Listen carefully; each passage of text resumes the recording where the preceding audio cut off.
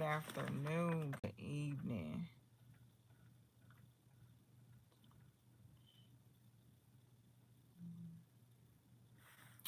So I hope y'all have had a great day.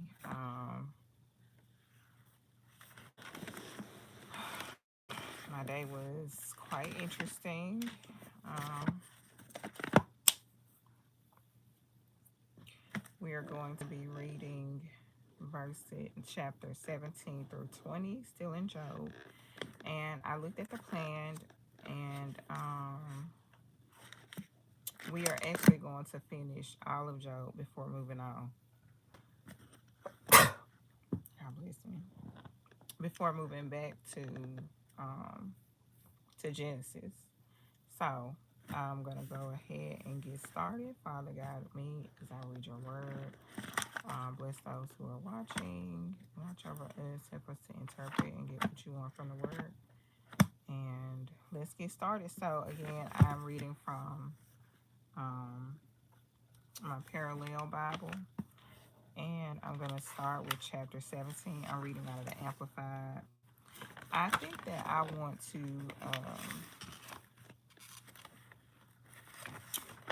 I don't know. I was reading about the ESV, and,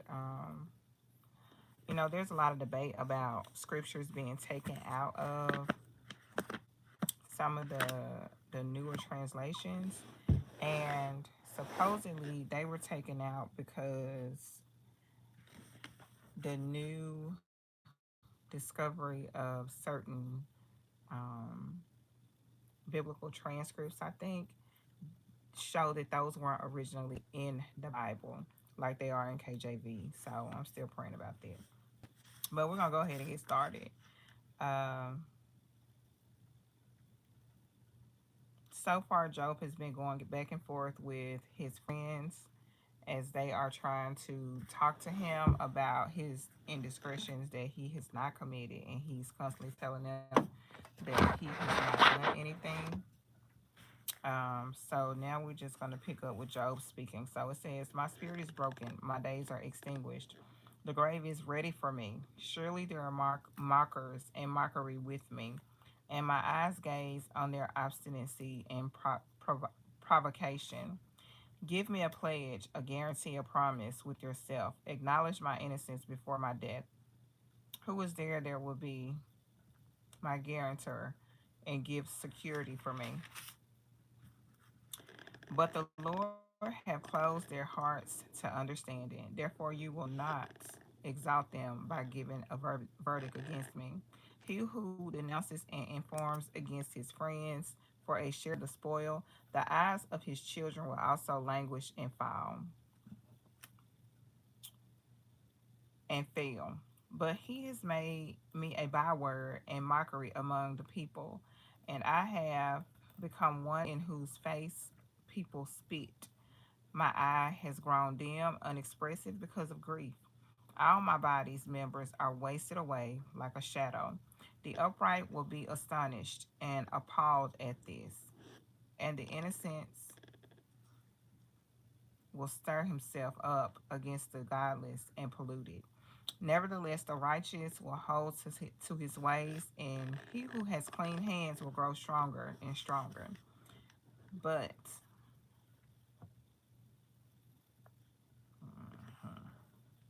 But as for all of you, come back again. Even though I do not find a wise man among you, my days are past, my purposes and plans are frustrated and torn apart.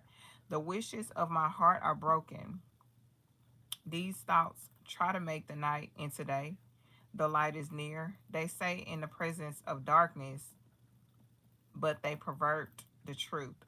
But if I look to Sheol, the netherworld, the place of the dead, as my home, if I make my bed in the darkness, if I call out to the pit, the grave, you are my father, and to the worm that feeds on decay, you are my mother and my sister, because I will soon be closest to you. Where now is my hope? And who regards or considers or is even concerned about my hope? Will my hope go down with me to Sheol, the netherworld, the place of the dead? Shall we go down together into the dust?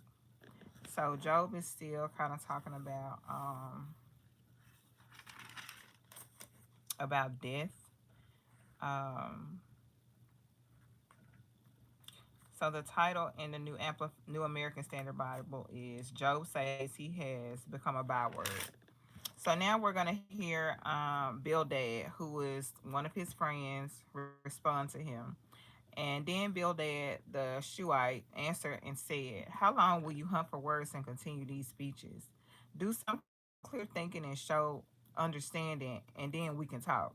Why are we regarded as beasts, as if we are stupid, senseless in your eyes? You who tear yourself apart in anger, is the earth to be abandoned for your sake, or is the rock to be moved out of its place? Indeed, the light of the wicked will be put out, and the flame of his fire will not shine. The light will be dark in his tent, and his lamp beside him will be put out. The vigorous stride will be shortened, and his own counsel and the scheme in which he trusted will bring his downfall. For the wicked is thrown into the net by his own feet, wickedness, and he steps on the webbing of the lattice covered pit. A snare catches him by the heel, and a trap snaps shut on him. A noose is hidden for him on the ground, and a trap for him on the path. Terrors frighten him on every side and chase at his heels. The strength of the wicked is famished and weakened, and disaster is ready at his side if he stops. His skin is devoured by disease. His firstborn is death, firstborn of death, the worst of diseases. The firstborn of death, the worst of diseases, consumes his limbs. He is torn from his tent, which is trusted for safety, and he is marched and brought to the king of terrors, death. Nothing of his dwells in his tent. Brimstone, burning sulfur, is scattered over his dwelling to purify it. The roots of the wicked are dried up below, and above his branches cut off and withers. Memory of him perishes from the earth, and he has no name on the street. He is driven and propelled from light into darkness and chased from the inhabited world. He has no offspring or prosperity among his people, nor any survivor where he sojourned. Those in the west are astonished and appalled at his fate, and those in the east are seized with horror. Surely such are the dwellings of the wicked and the ungodly, and such is the place of him who does not know or recognize or honor God.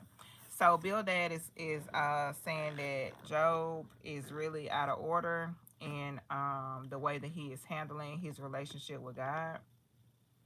And so we go on to chapter 19 where it says that um, hello, Job feels insulted. So Job is starting to respond again to what Bildad just said. So then Job answered and said, "How long will you torment and exasperate me and crush me with his words?" So in the chapters before, we heard Job tell his friends to stop talking to him, like leave me alone, just sit there in silence. He told them that they were terrible comforters, like they're sucking at trying to make him feel better, and they're still going back and forth. So he says, "How long will you torment and exasperate me and crush me with words? These 10 times you have insulted me. You are not ashamed to wrong me and harden your hearts against me. And if it were true that I have erred, my error will remain with me and I will be conscious of it." He's saying if he messed up, he would have known he messed up. "If indeed you are braggers, vaunt and magnify yourselves over me and prove my disgrace, humiliation to me. Know then that God has wronged me and overthrown me and has closed his net around me. Behold, I cry out violence, but I am not heard. I shout for help, but there is no justice. He is he has walled up my way so that I cannot pass, and he has set darkness upon my paths. He has stripped me of my honor and removed the crown from my head. He breaks me down on every side, and I am gone. He has uprooted my hope like a tree. He has also kindled his wrath like a fire against me, and he considers and counts me as one of his adversaries. So he's saying that God is probably um, not don't want to have nothing to do with him. That's what that's his response to what he say if that's the case. If Bill that what Bill that said if that's the case.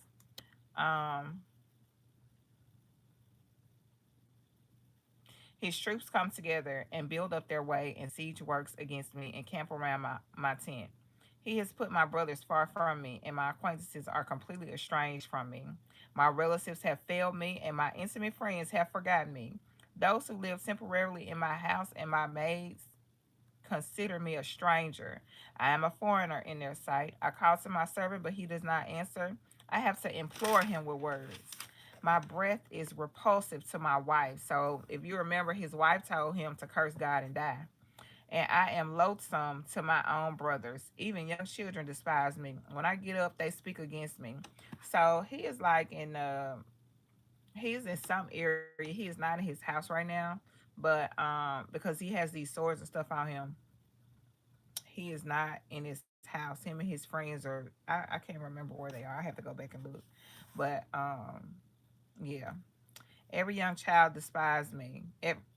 Even young children despise me. When I get up, they speak against me. All the men of my council hate me. Those I love have turned against me. My bones cling to my skin and to my flesh, and I have escaped death by the skin of my teeth. Have pity on me, have pity on me, oh you my friends, for the hand of God has touched me. Why do you persecute me as God does? So he doesn't know that the devil or Satan is doing all this to him. He thinks that it is God who is punishing him, who, he has done something. He don't know what it is. But at this point he's just trying to figure out what it is. Like he has a roller coaster of emotions and he's just talking through them. Um,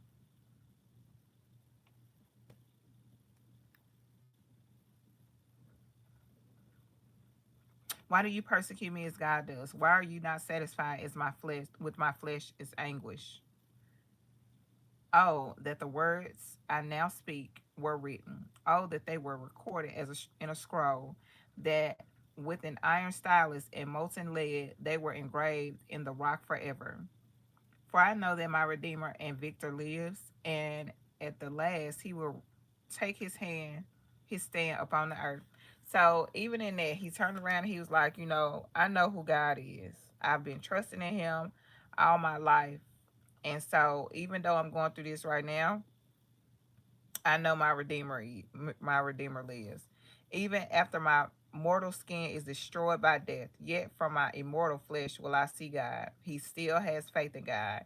He's just going through all these emotions that come with losing everybody you love, losing your wealth, you losing your friends. Don't want to talk to you, don't want to, well, not talk to you, don't want to listen to you. They just, trying to condemn him more and more. His body is I'm sure in pain because he got these boils everywhere. Um, Yet from my immortal flesh I will see God, whom even I, will see for myself, and my eyes will see him and not another. My heart faints within me. If you say, how shall we continue to persecute him? And what pretext for a case man against him can we find, since we claim the root of these afflictions is found in him? So yeah, they're still trying to say that he's done something. Then beware and be afraid of the sword of divine vengeance for yourselves, for wrathful are the punishments of that sword, so that you may know there is judgment. All right, and the last chapter we're going to read tonight is of Zophar, which is the third friend, which is titled in the, even though I'm reading out the Amplified version, I do have the Parallel Bible, and the NASB titles this chapter. Zophar says the triumph of the wicked is short. So they just not listening to um to Job at all. Then Zophar the Naamathite answered and said, therefore my disquieting thoughts make me answer because of the uneasiness that is within me. I have heard of reproof which insults me, but the spirit of my understanding makes me answer. Do you not know this from the old days, since the time that man was placed on the earth, that the triumphing of the wicked is short, and the joy of the godless is only for a moment? Though his pride reaches the heavens, and his head touches the clouds, yet he perishes like forever like his own refuse. Those who have seen him will say, "Where is he?" He flies away like a dream and cannot be found. Yes, he is chased away like a vision of the night. The eye which saw him sees him no longer, neither does his accustomed place behold him any longer. His sons favor the poor and pay his obligations, and his hands give back his ill gotten wealth. His bones are full of youthful strength, but it lies down with him in the dust. Though evil and wickedness are sweet in his mouth, and he hides it under his tongue, though he desires it and will not let it go, but holds it in his mouth. Yet his food turns to poison in his stomach. It is the venom of vipers within him. He swallows his ill-gotten riches, but will vomit them up. God will drive them out of his belly. He sucks the poison of vipers, which ill-gotten wealth contains. The viper's tongue slay him. He does not look at the rivers, the flowing streams of honey and butter to enjoy his wealth. He gives back what he has labored for and attained and cannot swallow it down to enjoy it. As to the riches of his labor, he cannot even enjoy them, for he has oppressed and neglected the poor. He has violently taken away houses which he did not build. Because he knew no quietness or calm within him because of his greed, he does not retrain anything he desires. There is nothing left of what he devoured. Therefore, his prosperity does not endure. In the fullness of his excess, great abundance, he will be in trouble. The hand of everyone who suffers will come against him. He is miserable on every side. I did. Oh. When he fills his belly, God will send his fierce anger on him, and I will rain it upon him while he is eating. He may flee from the iron weapon, but the bow of bronze will pierce him through. The arrow is drawn forth, and it comes out of his back after passing through his body. Yes, the glittering point comes out of his gall. Terror is marching upon him. Complete darkness, misfortune is held in reserve for his treasures, and unfanned fire will devour him. It will consume the survivor in his tent. The heavens will reveal his wickedness and guilt, and the earth will rise up against him. The produce and increase of his house will depart with the victors. His possessions will be dragged away in the day of God's wrath. This is the wicked man's portion from God, and the heritage decreed and appointed to him by God. So, Zophar is basically saying that, Job might be a wicked man when none of that is true. As I read my Bible, make sure if you read for yourself, because you don't want to be just listening to people. I always read for yourself. Don't just be out here listening to these people tell y'all stuff, and me included. Read it for yourself. Ask God to give you understanding about it. And yeah, that's all. I have read Job chapters 17, 18, 19, and 20. And we have ended with Zophar giving his 3 cents on Job's previous response. I hope y'all have a good night. Bye.